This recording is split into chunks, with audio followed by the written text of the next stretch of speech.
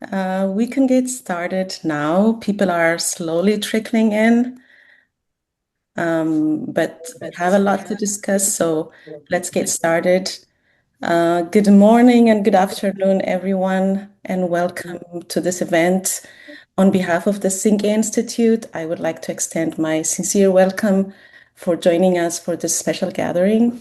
We are going to have a robust discussion centered on culture, community, and women's traditions. So this is an important event.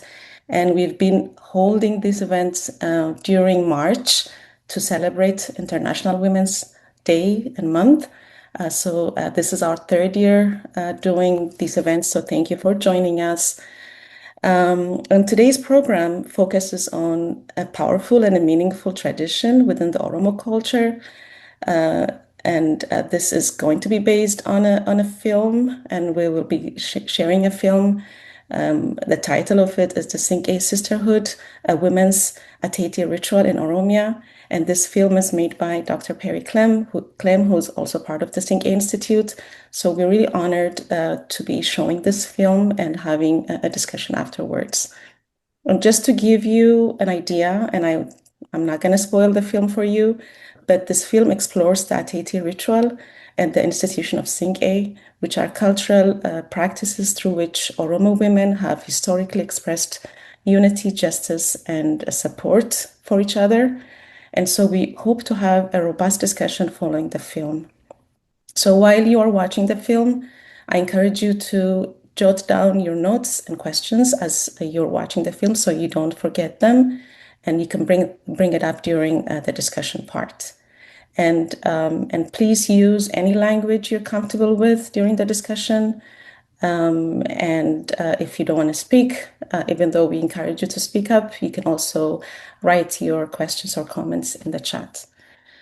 So our program today will start with the land acknowledgement, as we've been doing it for the past couple of years, and that will be followed by an Oromo blessing. We will then watch the film and move to the discussion part. At the end, we will have a Q&A session if you would like to ask the filmmaker, Perry, any questions about the film. So we will have a few minutes reserved for Q&A. And so we hope today's program creates a space for learning, reflection, and a meaningful dialogue about the enduring importance of women's cultural traditions. And so I would like to thank you again for being here, for spending the next 90 minutes with us. And now we will move to the land acknowledgement, which is our way of recognizing the Indigenous stewards of the places and the land we gather, we live in, and work, and for all of us to reflect on our shared responsibility to honor their stories and cultures. And so I will read from the Siinqee Institute's land acknowledgement. We at the Siinqee Institute offer deep gratitude and respect to the Indigenous stewards of the lands on which we live, learn, and work. Deeply ingrained in our decolonization, we also offer meaningful support to emancipatory struggles for decolonization, justice, and self-determination everywhere. Okay, thank you, everyone. And we will move to the Oromo blessing part, which is going to be led by Age. Okay. Galatoomin aartii nagaa bultanii bakka jirtan hundumaatti maqaan koo Aagaa yookiin Aagee jedhama. Akkuma beektanii har'a wanni nuti ayyaaneffannu kuni Maarchi keessa haalli dubartiin keessa jirtu maal fakkaata isa jedhu keessaayyuu immoo haalli dubartoota biyya keenya Oromiyaa keessaa biyya Itoophiyaa keessaa biyyuma lafaa walumaa guututti dhaabannee yaadachuu fi eessa jirra jennee of ilaaluudhaaf kanaafuu ayyaanni kun akka ayyaanaatti biyya lafaa irratti dhiyoodhuma kana ayyaaneffachuu haa jalqabuyyuu malee haadhotiin keenya akaakawwiin keenya yeroo dheeraadhaaf jireenya isaanii guutuu ayyaaneffataa turanii wal waamanii walii owwaatanii intala ayyaa dhageessee oduun si geessee jedhanii wal waamaniiti wal bira dhaabatanii walii birmatanii akkasiin jiraatanii kanaaf haadhotii fi akkaawwan keenyaaf kun haaraa miti. Waaqayyo akkuma warri keenya haadholiin keenya akkaawwan keenya wal bira dhaabatan warra wal bira dhaabatu nu haa godhu warra wal dhaga'u wal dhaggeeffatu nu haa godhu warra walii dirmatu yookiin birmatu nu haa godhu warra waliin deemu warra wal dhaga'u warra wal tasgabbeessu warra wal yaadatu waliin dhaabatu waaqni nu haa godhu isa hafee waaqayyo ittaa dabaluu naaf galcha.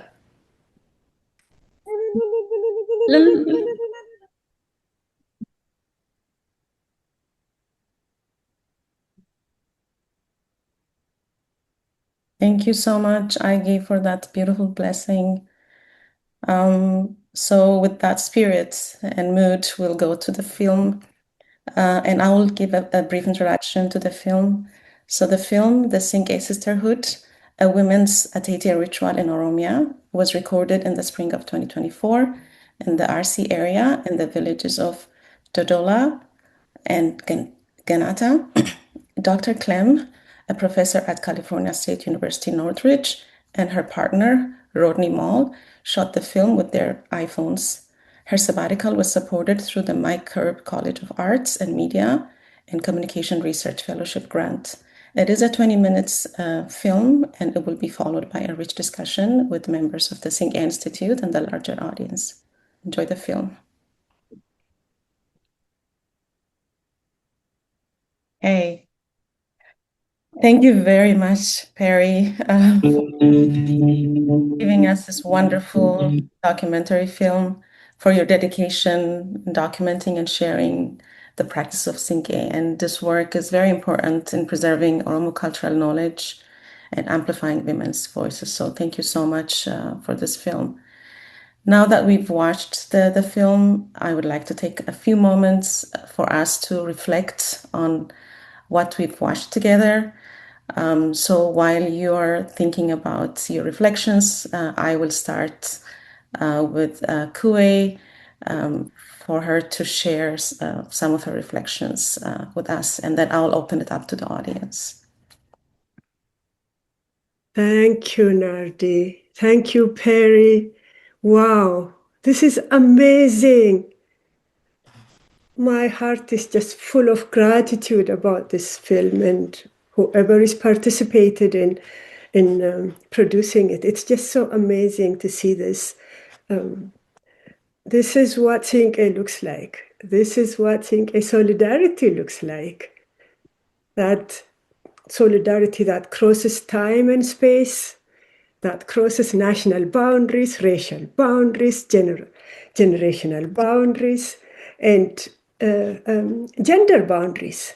Men participated, women participated, older ones participated, younger ones participated, and from across generations, from across races and cultures and nation state colonial boundaries. What better production can be expected? It's just so amazing. So my heart is just full of gratitude. And, I leave the rest for everybody. Everybody's here listening and watching.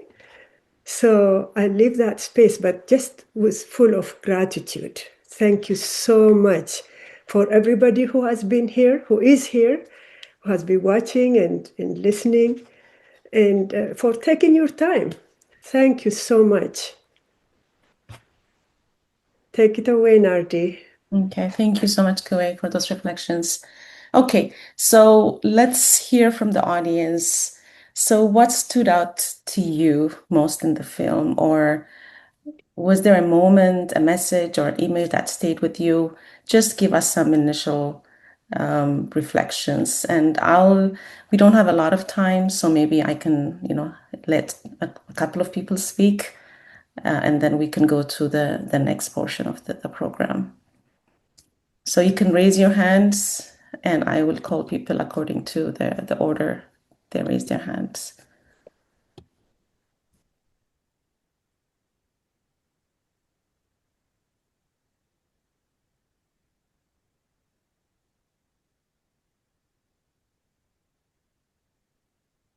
I don't see anyone. Okay, I see someone. Jetta? Yes, thank you. My reflection is that this tradition is a struggle, something that probably was so commonplace, so well practiced, so respected, is now looked upon differently by the mainstream culture. And it just seems to me that the word I kept coming back to is a struggle. Struggle to find land, struggle to find people, struggle to find respect. So thank you. Okay, yeah. Thank you for those reflections. Anyone who wants to share their initial, impression or something that stood out for you as you're watching the film?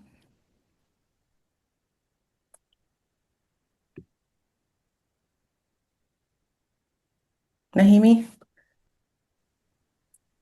Thank you for preparing this, and thank you whomever prepared this documentary. It's enlightening. One of the things I realize, and from my own childhood realize, is this Siinqee and this culture is the culture of healing. Healing is needed after a conflict, interest, and forgiveness, and also admitting mistake in public. The younger guy who lay down himself in the ground is like publicly admitting. That's mostly used to be when I was child. It was not labeled as bad thing, but admitting and transforming themselves. That's a great culture. I wish it's free to adapt for the younger generation. The power of forgiveness, the power of healing, the power of protecting children and women. That's like one of the things we admire. But cultural conflict, cultural influence now, the main extreme media and labels this practice as a negative is just not knowing the reality is sad. But through this media, a lot of youngsters will learn. And I appreciate everything you do. Thank you. Thank you, Nahimi. Okay, I'll give the chance to one more person. Anyone wants to share their initial reflection, something that stood out for you?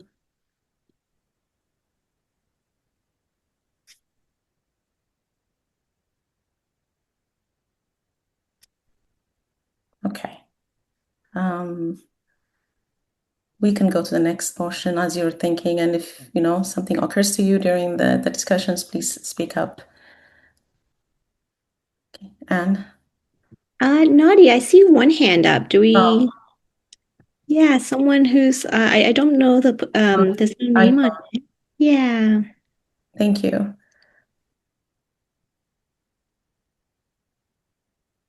Should I go?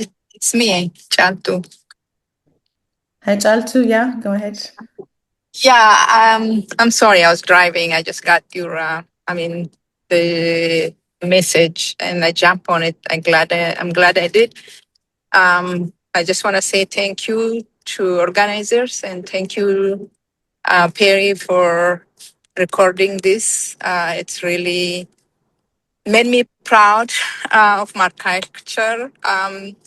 It's something that the young Oromo women specifically should hang on and try to keep it going, because this is something we should be proud of. And because for generations, women stood up for their rights, and regardless of the pressure and the modernization, what they call like trying to get in to get into Western culture. This is really a modernization for me. Be ourselves and be grateful to the women who kept it going for generations. And it's really beautiful. And thank you. Yeah. Okay. Okay. Thank you, Chaltu. Yeah, that's such a beautiful reflection. And it actually segues nicely into the next part, which is yeah, before we start the guided discussion with the audience, we'd like to take a few minutes to hear some reflections from Perry, who created this film. So Perry, if you can take a few minutes just to share a bit about what inspired you to make this film and some of your experiences and key learnings in the process. Thank you, Anne. Thank you to all of you. I so appreciate you all being here and the support and taking time out of your Saturday. I just want to say a moment of thanks because I am incredibly grateful for so many for their help and their volunteering in this project. My partner Rodney Mall, who helped film, John D. White, who did the editing, Aga Kue, and Ade Kue and Ade Aga, who helped with the translation.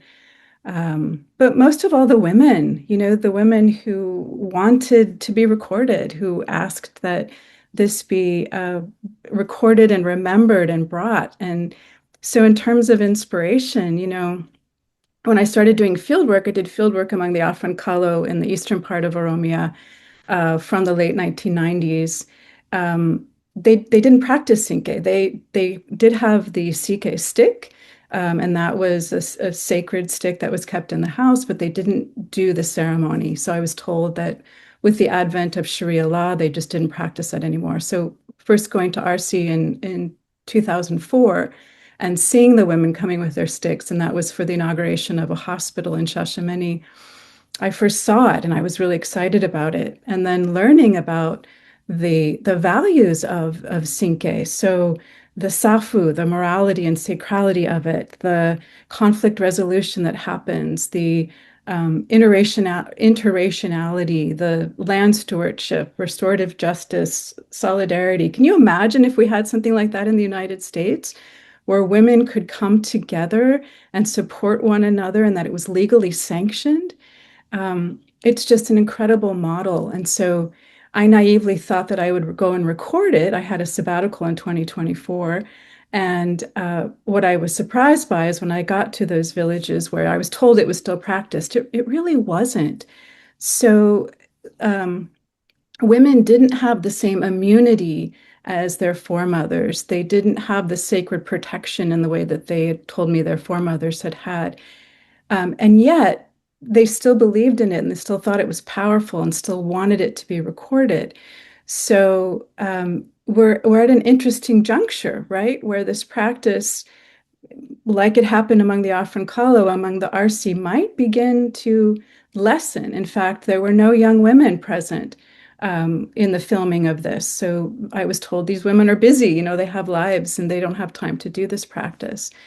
So there's that on the one hand. On the other hand, they still see it as important. And as you saw in the film, a woman that's holding the stick is still considered sacred. She cannot be arrested. She cannot be taken.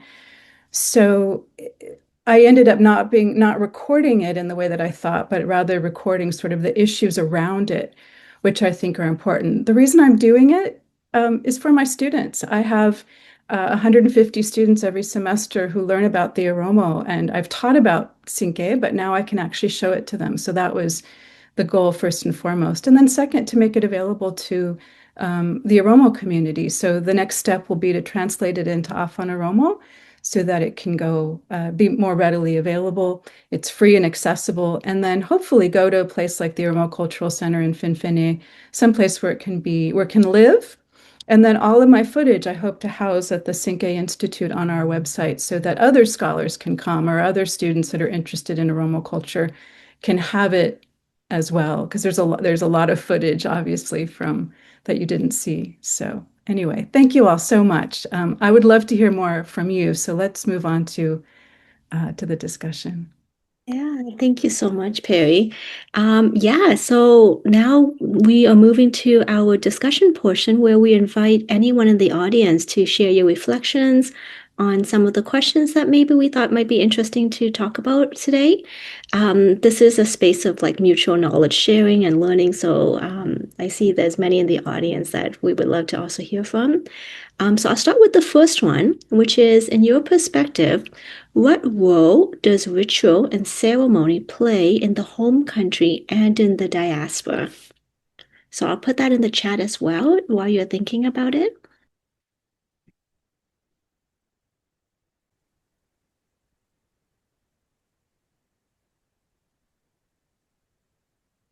I can start until the people think about it.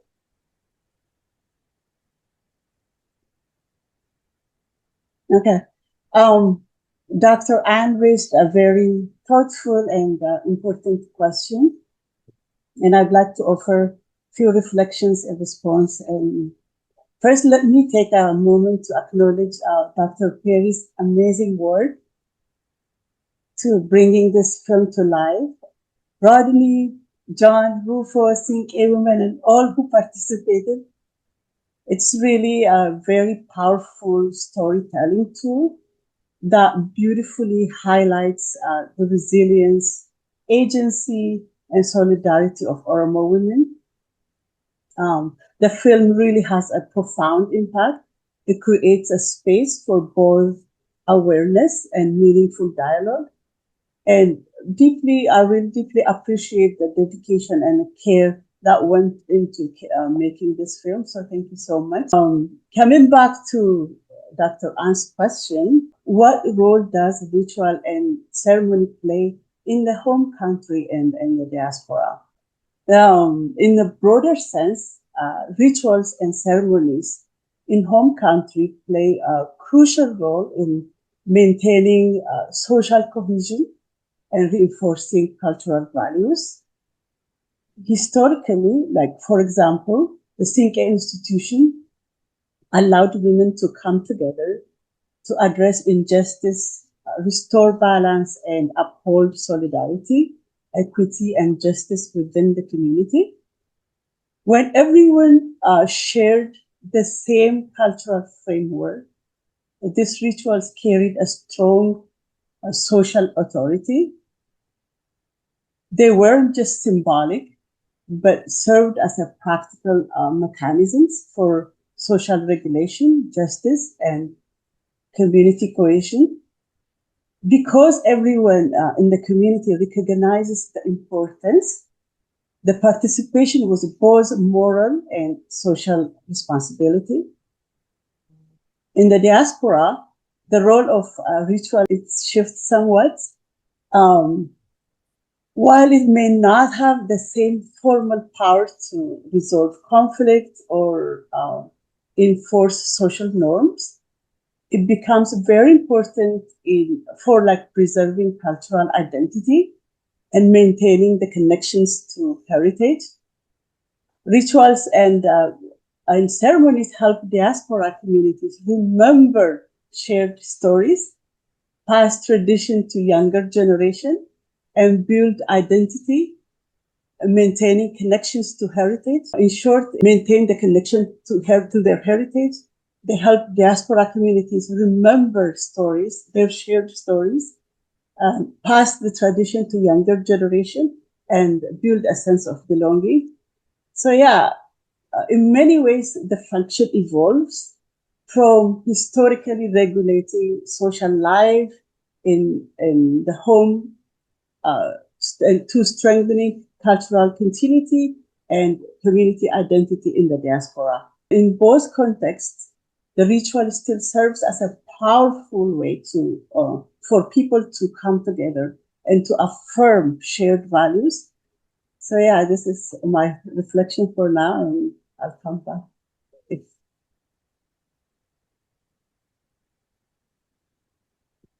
Yeah, thank you so much, Gumbin. I see a hand up, and I apologize for my pronunciation, but is it Tigist? Tigist. Hello, thank you. Yeah. Thank you. Hi, everyone. Congratulations, Dr. Perry. I'm here with my husband.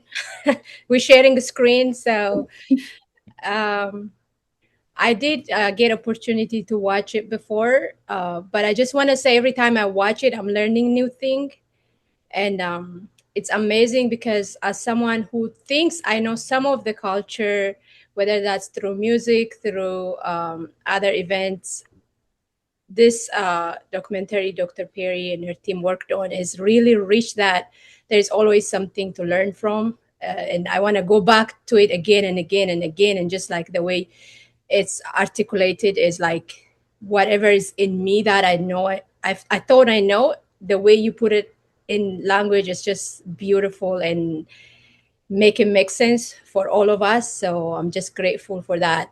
And I'm going to have a quick question. Is it just reflection or question is fine? Questions too, but you can also raise it later on the Q&A, especially if it's for sure. Perry. But if it's for the audience, yeah, we can. That's totally fine. So I think Dami had something to ask too, so I'll just pass. Dr. Clem, congratulations. It looks really, really wonderful. And you know, I went through, I witnessed Ateetee when I was young. My second mom was abused, and I was able to see it performed. And I would just also add that I grew up in that same Orada where you went, so that's where I'm from. So it's really, it brought me home. It's pretty emotional. So thank you so much for reconnecting me to my childhood, and it's really well done. I did have questions, but I will hold off. But good to see everyone, Dr. Kue, Rodney, Hada Albi, all of you guys. Greetings. I will come back for questions later when it is time. Thank you so much. Yeah, it demonstrates how powerful this film is, even though we are separated in space, but it still resonates. The practices and also the principles that run through these practices resonate with all of us in the diaspora. So thank you very much. Yeah, before we move on, we have a comment in the chat. So I'd just like to read it to everyone. So Ayantu says, because Oromo people's individual agency and ancestral cosmology have been outlawed, policed, and controlled by the colonizers in the homeland, in the modern day, both back home and in the diaspora, the policing is now done by the people themselves. Women are the culture keeper and teachers. It's hard to keep the culture alive when living in survival mode. So I think that's a very important reflection. And thank you, Ayantu, for sharing that with us. So I think I'm going to pass it over to Sister Kumbi, I think. Yeah. So building on this discussion, the next question that naturally comes to mind is, how do we strengthen these rituals and ceremonies, right? So they can persist and grow in the homeland, in the diaspora. If it's this important, it should grow, it should thrive, right? How can we do this? This is like an open question for all of you. Your insights will help deepen our understanding of how traditions can continue to thrive across generations and communities. So take it away. I heard Aga talking about how these rituals could be revived, reclaimed, and reframed, and relived in the current context. And maybe she has something to say, but I think even the Siinqee Institute here that we have tried to create is a trying, and is a signal of reclaiming and reframing it for our own context here. It's we can't live how our grandmothers lived or our mothers lived in their context, because when the context shifts, the practices shift, the needs shift, And it's a way of making it relevant for our context in the diaspora. I said earlier about the boundary crossing solidarity, not solidarity from above where you kind of become the invasive force or whatever, but solidarity from below, where communities that are oppressed reach out for one another and support one another in overcoming injustice and struggling against injustice and marginalization. So it's very context dependent. So it can't be that one size fits all across the times and spaces. It is something that you actively construct in your own context, wherever you are, drawing on our foremothers' ingenuity. My goodness, it's such a wonderful creative power of women. Soft power, yes, but very generative, very creative form of power. Reclaim that. It's such a beautiful thing, so precious to let go. So we reclaim it and we reframe it for our own context in the ways it works for us, our identity needs, for the sufferings that we are going through right now and here. So I think if we see it in that way, the need to recreate it, reinvent it for your context comes so important for me. But I did hear it from Aga, so maybe Aga could say a few more words for it. All right, thank you, Kay. I don't know what you heard from me. Anyway, I also would like to extend my sincere gratitude to Perry. Truly, truly, strengthening the rituals really starts documenting it, because we've lost it. We don't have it. What we have is a fractured and lost memory. For some of us, it's a fractured. We may have pieces. For the rest of us, maybe it's complete loss. So documenting, doing the memory work. What is it that I remember from growing up in my village? And sharing it in a way that we remember, however small it might seem, intentionally passing it to our generation, to our kids. So documenting the songs, the dances, and passing, especially these days, social media, the way this generation work is they can listen, they can from YouTube. So the documentation is really very, very, very important. And thank you so much for that, Perry. Another way that I think we can strengthen is this thing is really completely distorted. I do resonate with our audience, the first speaker. I remember, I think it was Jetta. Jetta said that her reflection, what she feels watching this film is one of struggle. Yeah, it's truly, that's how I resonate with that. It's one of the struggle. But I also would like to add, it's one of resistance. You see how the women are really determined, in spite of all the pressures and the persecution, they're really determined. They may be small, anything would always start small and it will grow on one day. And so how can we deconstruct the distortion, because it's being portrayed as a cult and as a different names, and most people, we have like a negative image without knowing what it is. So deconstructing that negative image is another way of strengthening its awareness. What is it that these women say in the ritual? Ritual is part of a human. It's a human thing, I think. From our morning coffee to birth rituals, wedding rituals, barrier rituals. We have it in the West. We do all of these rituals, right? But when it comes to the indigenous people's ritual, way of being, way of living, and then that's not it. That's really very unfortunate and very sad. There is no better and less culture. Culture is culture is culture, and how people identify. So creating a space in our community, both in the diaspora and back home, like in a community events, maybe women gathering.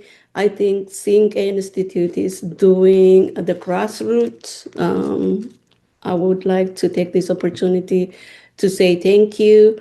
The Adoye rituals that have been performed in the Minneapolis area and now planning in Ontario, Canada. This thing may take time, but that's how we transmit. That's how we pass it to next generation. So it may not be easy, but we get there as so many other struggles. And last but not least is something that seemingly may not be related. The simplest thing as an Oromo, this is for my Oromo audience, I think teaching our children language, because culture is embedded, or language is embedded in the culture, or culture is embedded. Like, we have to know the language to understand the culture. So I know it's challenging, it's difficult. We can also start, that doesn't require, like in our home, maybe try to teach our kids a little bit here and there. Thank you, and I'm sorry I took so much of your time.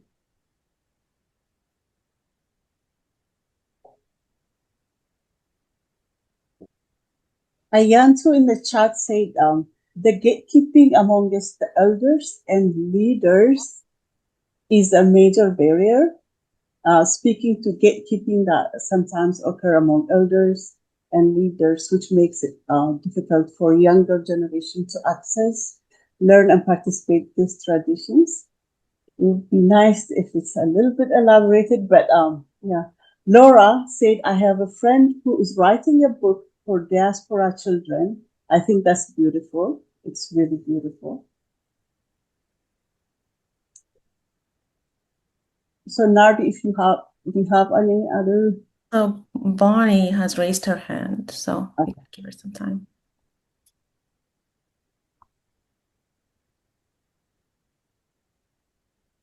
Thank you, Perry, for a wonderful archival and living product. I was interrupted here behind my screen when the question was raised, what role does ritual and ceremony play? I wasn't able to answer that directly, which is one of my favorite questions. I think you produced something that's really important for everyone who wants to learn, for everyone who wants to remember, for people who want to unpack the significance of something that's so richly historically significant. And this is what ritual does. Ritual is Ateetee, ritual is weddings, ritual is celebrating a child, ritual is, I mean, in America, ritual is Halloween. You know, people go through these rituals and they don't even know what they mean until somebody sits down and unpacks it for them. And I think Aga raises a very important issue as to creating the space for teaching is one of the responsibilities of one generation to another. And every time there is a wedding, every time there is a funeral, every time there is one of these events that bring out, people bring out their Siinqee stick, Irecha, for example, that's been created, is an opportunity for people who are of the younger generation to be taught, to learn, to say these rituals are intact because these are the basic core principles of the culture. What does that mean? Don't give somebody a book to read about it. Explain it, teach the songs. As we began to revive Adoye, for example, as Siinqee Institute did, there were opportunities for discussing the relationships, close relationships among women that started from a young age, that gave them the trust and the confidence and the ability to be creative. And as that was unpacked and learned, there were songs associated, there were principles that were articulated, there was confidence that came. And only because it had been a ritual relationship that had been dropped, it was revived. Then it comes to be significant at weddings. Maybe some of the young women didn't show up for the Ateetee because they didn't know what to sing. They hadn't been taught. They felt embarrassed. They were going to be in front of the camera. We don't know what kind of confidence is required, but if a small handful, like those of you who are in this room who have done such amazing work, provide the opportunity for people to learn and be confident and to understand and to be able to answer questions about what it means, that gives a confidence to keep passing it on. And my experience as a non-Oromo who went to Oromia and became extremely impressed. I had been I'm a child of the 60s. I had been resisting. I had been marching and protesting in America and happy about the Vietnam War. I went over and saw a really beautiful way of life that was so worth understanding and upholding. And I have been delighted to see over the years people who had experienced little bits and pieces begin to understand them, bring them together, and say, yes, there are alternative ways of living, there are alternative ways of enhancing experience, or alternative ways of bringing peace, of understanding what peace even is, of doing true reconciliation, of mediating, of negotiating, and it's a proud Oromo tradition. Women have always been very much a part of it. In fact, they're responsible for remembering the traditions and upholding those principles and in teaching. It happens in the language, as Aga says, but it also happens in every choice that people make when they're marrying, when they're having children, when they're celebrating or making their choices about what is really important to them. And I think there's been a lot of headway made. The Irecha is practiced. People are handling negotiations. Adoye is being looked at very seriously. I've been present when Kue has actually taught not only the songs and the phrases, but the dances and the recipes for welcoming the children into the world and committing people to teaching them, which Oromos have always been really, wonderful at. So I thank you for bringing this this document, and in a way that is consistent with the way Oromos learn. Oromos are a deep, rich oral tradition, and I think it's more valuable than if you had written a book about it. So thank you for bringing it forward. It's beautiful.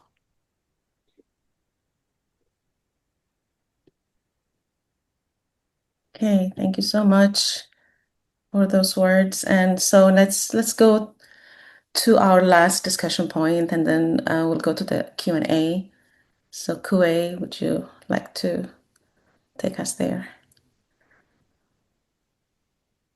Thank you, everybody. Thank you, Nardi. Thank you, everybody who have commented. Such a wonderful, wonderful comments that we all learn again and again, Every time somebody talks about their experience and what they observe, what they saw, there's another layer of knowledge added on it. And it's just such an amazing experience, even sitting here and listening to you all.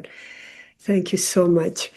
And my question is, okay, if I'm learning from observation and from what people say and everything, what are people observing over the years? Like, for example, since the 90s, what has been changing? How has Ateetee or these rituals have been practiced over the years? What have you observed? What are your reflections? What are your observations? I just want to hear from everybody, because everybody says something. Everybody has a slice of the big truth. And when they express that, we learn. And our knowledge kind of builds up from all these bits and pieces of what everybody says. So just inviting you.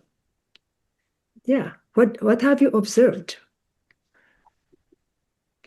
I see people here.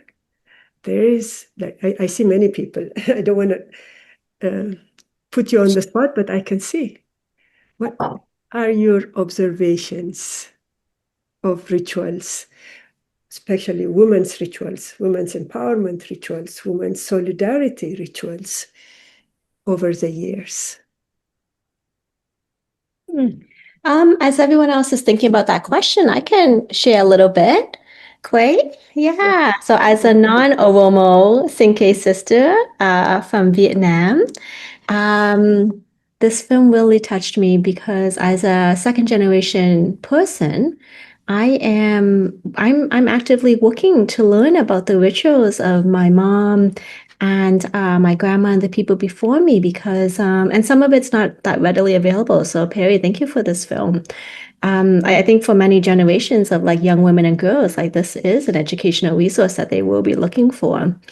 So for my mom, in Vietnam, women typically wear like a jade bracelet and they keep it on for life. Like it actually, you can't take it off anymore. And my aunt has a funny story about how when she travels, like globally, many times now she's been identified by the jade bracelet. So someone will come up to her and say, "Hey, Vietnamese woman," because of the bracelet, right?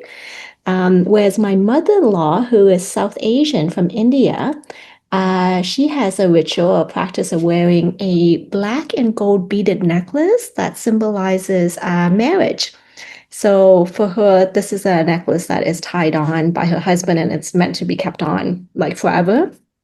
But I don't see these practices weren't directly taught to me or communicated to me. But what I'm hoping or what I'm kind of seeing, especially in social media, is the younger generations, like looking to reclaim some of these practices, to share knowledge about them, and to hopefully to take them up in their own, meaning making and aesthetic. But I think educational resources that, especially that traces these women's practices over time and show the ways that these practices have been taken up, but also show the work of the resistance of these practices. I think it's so important. Yeah, so thank you, Perry, for the film. I think even, as folks who are not Oromo can really connect to this, anyone from the diaspora or help, or it will kind of prompt us to kind of think about the practices of our own communities and our own families and to look for them.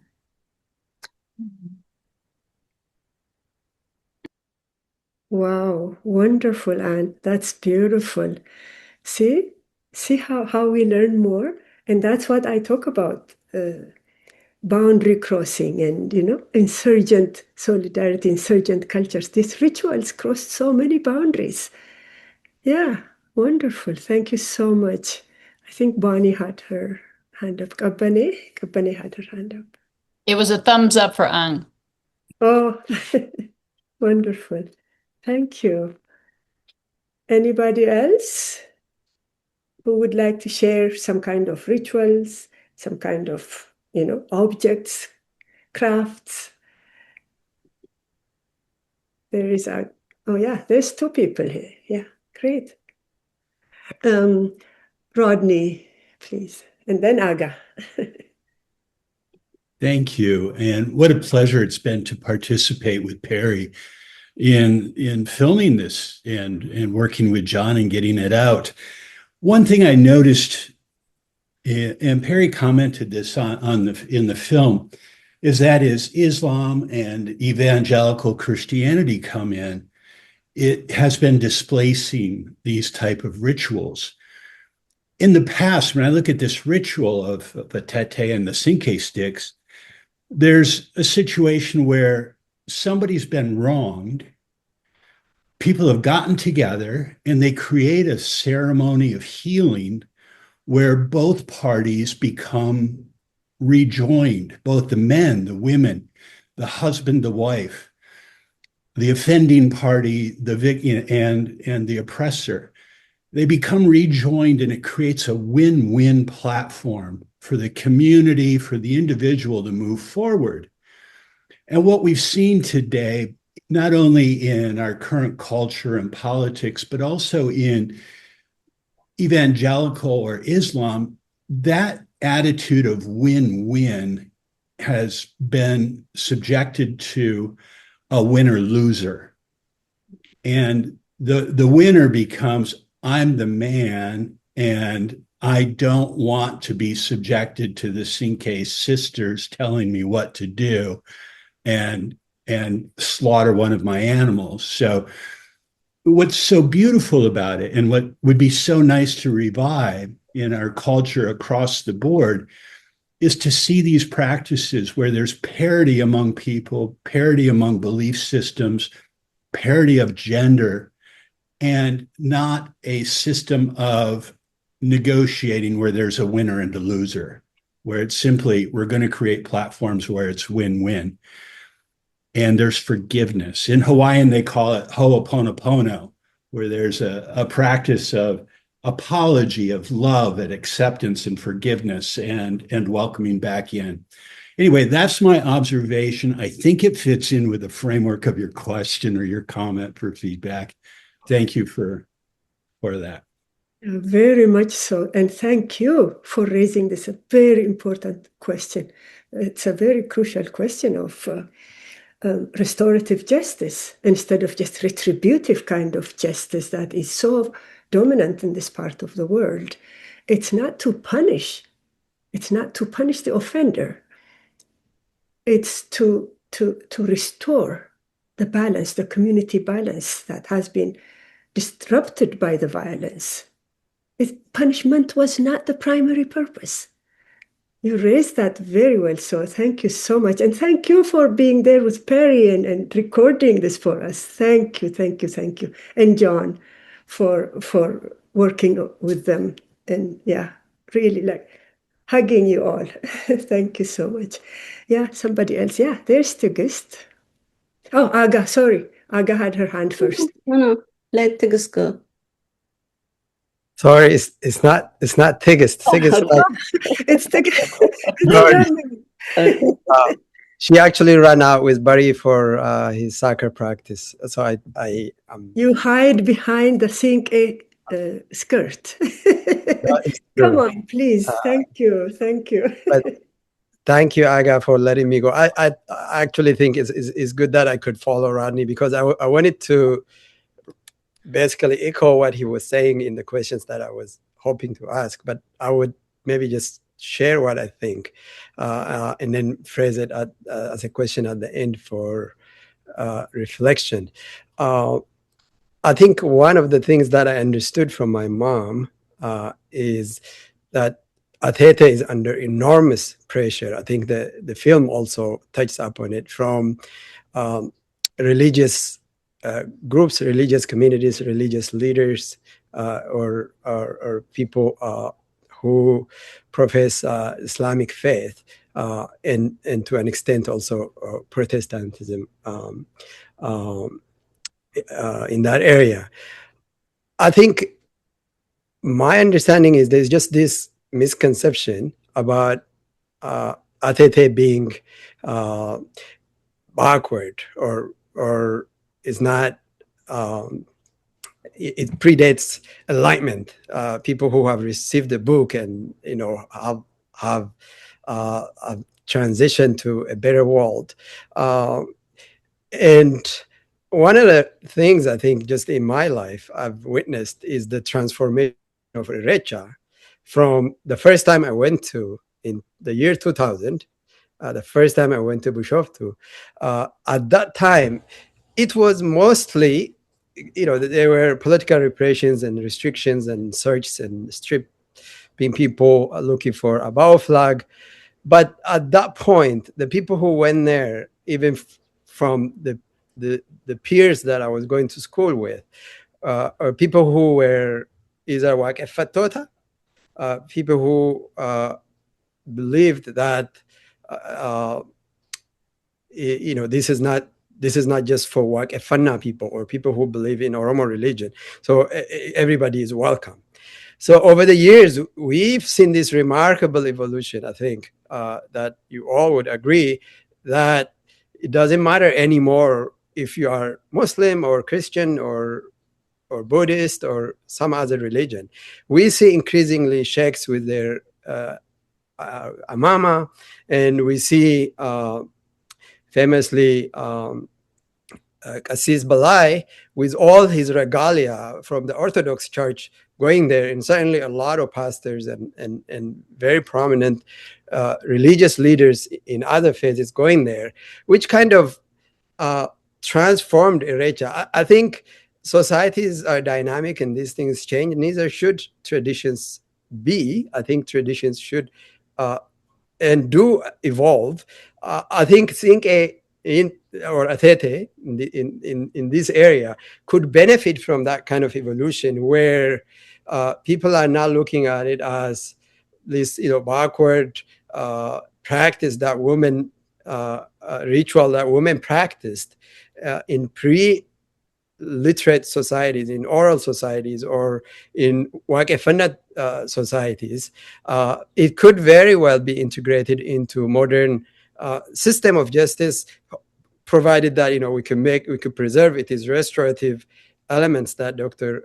Kue just talked about.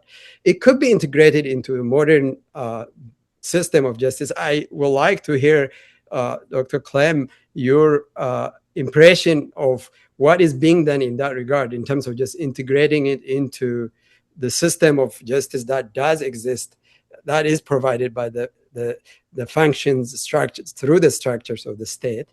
But also, I think for religious leaders also to embrace it as not something that is contra to Islam or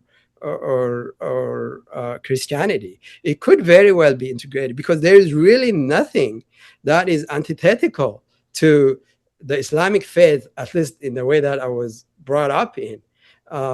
Is no opposition in the sense that justice was disrupted, or a violence of some kind has occurred, and women called for solidarity to try to restore that order. And it is a role that religious leaders play all the time in that society. And I think instead of taking that power, that agency from women and giving it to men, because where I'm from, where this Ateetee is recorded, all the religious leaders are men. That's why I'm saying giving all the power to men. We can never get enough of power. Clearly, the male, the men, we are just endlessly accumulating this power. So the state has power. The functionaries of the state are mostly men. The religious leaders are men. Now they're taking the power of Siinqee away from the women to give it to men, who would enforce or restore that order that is disrupted through their religious rituals and other things. So I guess I kind of veered off, but my point really is it would be remarkable to see that kind of evolution for Ateetee that we've observed with Erecha over just the last 30 years or 26 years that I've witnessed. I think it could benefit from that. Just to add one more thing, picking up on what Kabane was saying, and because the film also touched upon this, that the younger generation, younger women are moving away from this tradition.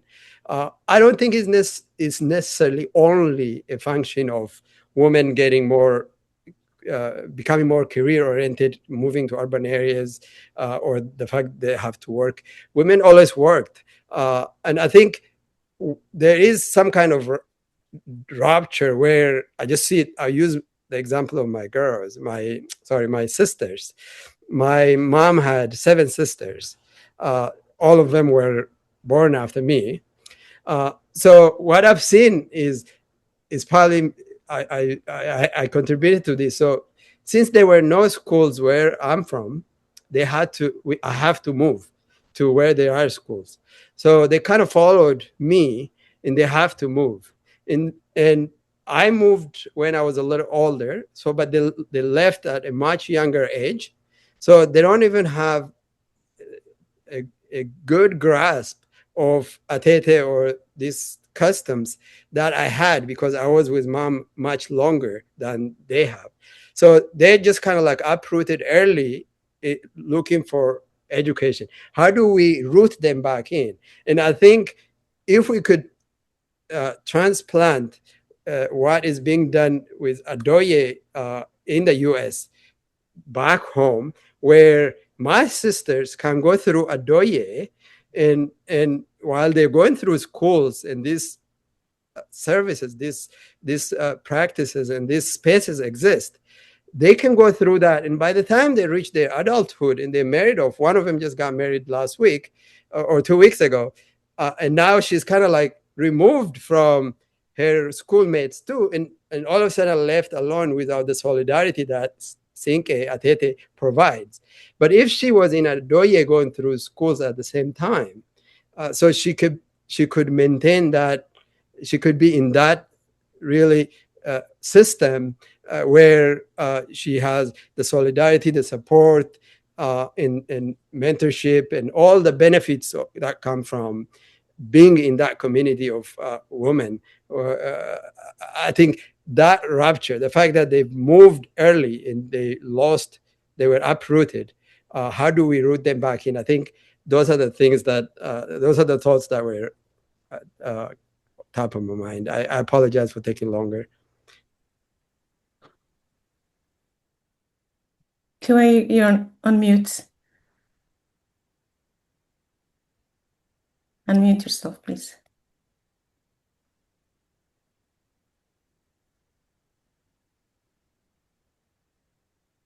Oh, okay. I thought you were speaking, Kuwait. No, thank you for that. That was packed with a lot of that was like had a lot of different things in it. So I don't know if you were asking a question, but I think maybe do you want to ask the question, or I'll leave it to you. Yeah, I guess the questions were whether or not Dr. Clem, during your field work, observed if anything is being done to integrate Ateetee into the existing system of justice that is there, or into the religious practices that people use. So that's the first question. And then the second question would be whether or not Siinqee Institute, or broadly intellectuals, all of you involved in thinking about this, see ways that Ateetee can evolve in similar to, as I described, Erecha, and then also if Adoye model that you are working on in the US could be replicated. Sorry, the questions are just as long as the comment. Thank you. That's great. So Perry. Thank you. I saw that Nahimi had a hand raised as well. Lot to say, and Mo, I just want to hear you talk about your experience as a boy watching your mother go through Ateetee. Like that is so rich, to get the memory of that. So maybe you'll spend a minute sharing that, and I'll try to quickly address your question. I think Ayantu's documented in the chat some of the really crucial barriers that women have, right? That we're all aware of. In some ways, in looking at different cultural practices among the Oromo over my time doing fieldwork, I've seen times in which identity is threatened. And that's when identity becomes really important. And that's when people perform the ritual and they go back to, what is it that renews our sense of, a collective sentiment? How do we come together? It's at those moments when it's threatened. But I've also seen the opposite, where when things open up and you don't have these restrictions, then people really, then the rituals can flourish, which we see with Erecha in the United States. In terms of women's participation in the legal system in this region, Mo, I have very little to say. I don't know a lot. I can say that there seem to be sort of two things going on. One is maybe what I, prior to going, was kind of like saw as window dressing, where you have a designated group of women who come when there's an official, comes when there's a school inauguration or there's something happening. So women are sort of the visual sort of check. Yes, we have cultural represented. Here are our women with their sticks. They don't talk, they don't influence, they don't really do much other than sing. But then in the film, I talked about the issue with land, right? So they'd lost their Ateetee land. Well, since the film, they've gotten their Ateetee land back, and they got their land back by protesting strong enough. The mayor, when I was there, who was trying to advocate for them, a month after I left, was thrown into jail. There's such corruption at on so many levels of government, again, all men, that it was very difficult for the women. They didn't have a lot of ability to maneuver, but they finally got somebody's ear who was sympathetic, and there was enough pressure and enough influence. Rufo and I made some calls. I have no idea if that had figured into it, but in any case, they have their land back. Will they be able to keep their land, or will the next mayor give it to the next businessman in Shashamene? I don't know. But I thought that was hopeful, and that suggests that they did have some sway. So let me stop there so Naomi can chime in. Thank you. I want to share my experience and my how different community react for the first time when I participate or not participate, when to see typical Oromo justice system or removing the sin or the fear of sin. I was in high school. I grown up in Protestant community. My family is Protestant Christian, but they raised me with the concept of Safo. I asked them why you are not giving us the name, the culture. But for them during that time, they don't have that freedom. But they keep the concept of respecting the institution as it is. When I went there, I saw the ritual of justice or forgiveness.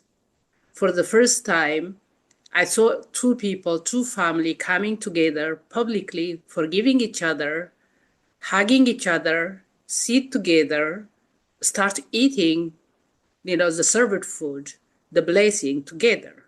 That was foreign concept for me. Even if I grown up in Christian society saying you have to forgive 77 times, whatever.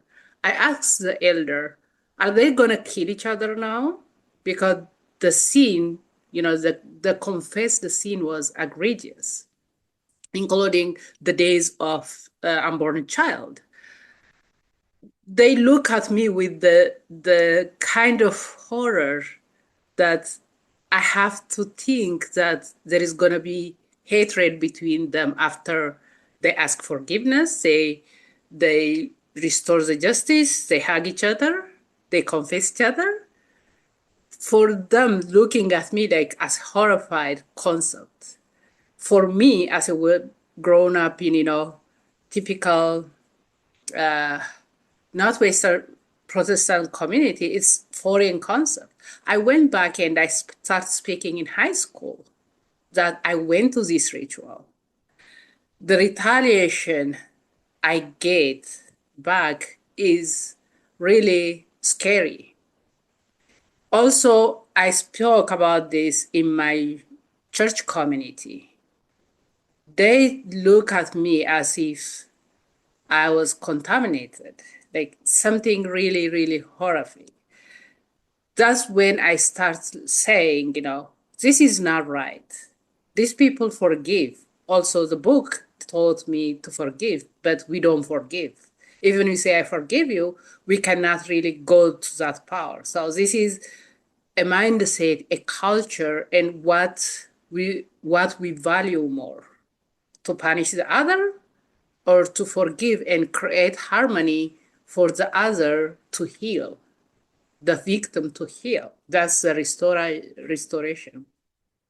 What I see from time to time, when especially the strong in Ethiopia, the Orthodox community find out this kind of practice, the retaliation is hard. Individual family is targeted. Why the woman is not coming, especially the youngsters. It's hard for them to go back to school, to get accepted, not to radicalized, not to look down upon. All these things is really hard. We came so far from unable even to identify like an Oromo. Still now today we are talking and we are trying to restore the good part of the Oromo culture. That's a big deal. But the opposition, if a daughter went to this ritual, going back to her community or, in the larger public area, she will be ridiculed, her family is ridiculed. Maybe they cannot even bury their family in the same land. All this atrocity is there. But once we see that kind of parts, the new generation is really admiring a lot of this concept, the concept of safu, the concept of healing. The concept of healing is needed to go forward, even for the ladies, and also children's rights, women's rights, men's responsibility, all these things. It's really open a lot of mind. But the retaliation is still there in Ethiopia, still today. Still today, the youngsters, especially the ladies who went there, having hard time, we see it. Just to acknowledging how hard for them, but still how hard they want to keep the concept, the ritual, everything. Thank you.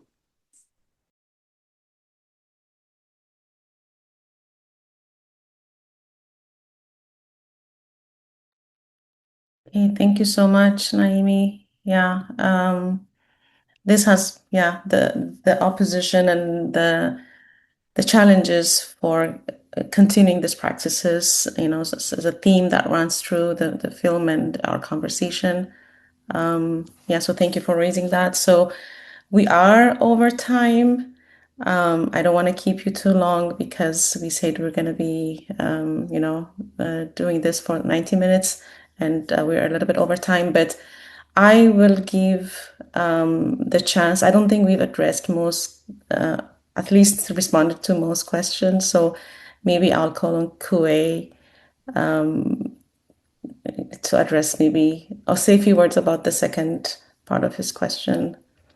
How do we see, Siinqee practices like Adoye and Ateetee evolving in the diaspora? And he mentioned, so that was part of his question. So maybe I'm sure this is a big topic, but maybe you can say a few words and then we can conclude this meeting. Wow, that's a surprise, Dan. Yeah. So I think I was actually thinking about how Irecha started, because we are actually within the community that started it and made it grow and whatever. So it's different. When it comes to gender, you are fighting within. When it's Irecha, you're fighting, from across the national boundary.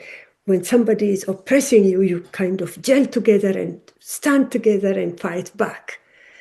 But when it's gender, it comes within the families, it comes within the communities. So it gets really, really diffused, and every aspect of the struggle meets with opposition. Because it does get like Dame maybe like really enlightened and really standing in solidarity with a woman, and not everybody does that, and that makes the gender aspect of it it is a really, really tough one, and it really requires people, especially men, to actually stand with the women, stand, that gender they need to cross that gender boundary in solidarity, not in invasive, not in a power over way, but in a power with way and in a power sharing way. When she's standing up for her right, she's not taking away your right. She is standing for hers. You stand for yours, and we come together. And that's how we can grow together.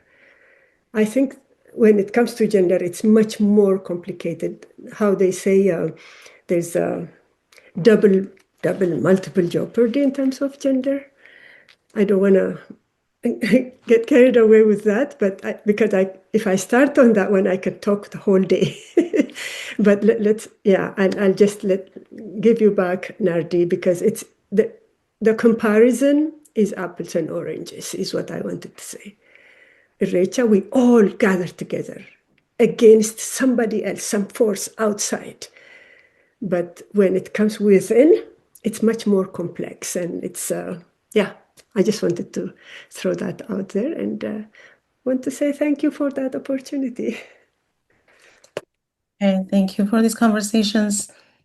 It's been really great to come together, have the space to talk about, these traditions, rituals, and the context in the diaspora. So thank you.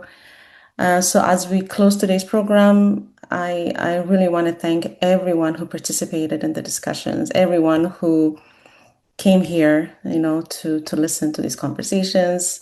So thank you so much. And I would like to thank Perry and the team and the women who are part of these videos as well for being willing to be filmed.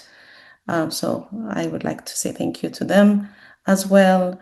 And to all of you for this very rich discussions. I think we can spend the whole day discussing this, but this will have to continue another day. And so today, as I'm reflecting on what we've discussed, the two words that I'll take with me are reclaim and revive. So I hope you also have something that you're going to take with you. But I think it doesn't need convincing that we need to carry on these practices. And as we discussed, they're meaningful. They keep us connected. And so as we are paving the way to evolve and adapt these practices to our life in that diaspora, I want, to encourage everybody to reflect on what we've discussed today and to and the challenges, right? It's because also maybe people don't know, people have the wrong information as it was discussed. So the more we talk about these things, people will get to know the true meaning of this ritual. So I'm going to close this meeting. So thank you so much. And hopefully we'll see you again next year. So that's it from me. If anyone has some last words, I'll give a minute and then we'll close the meeting.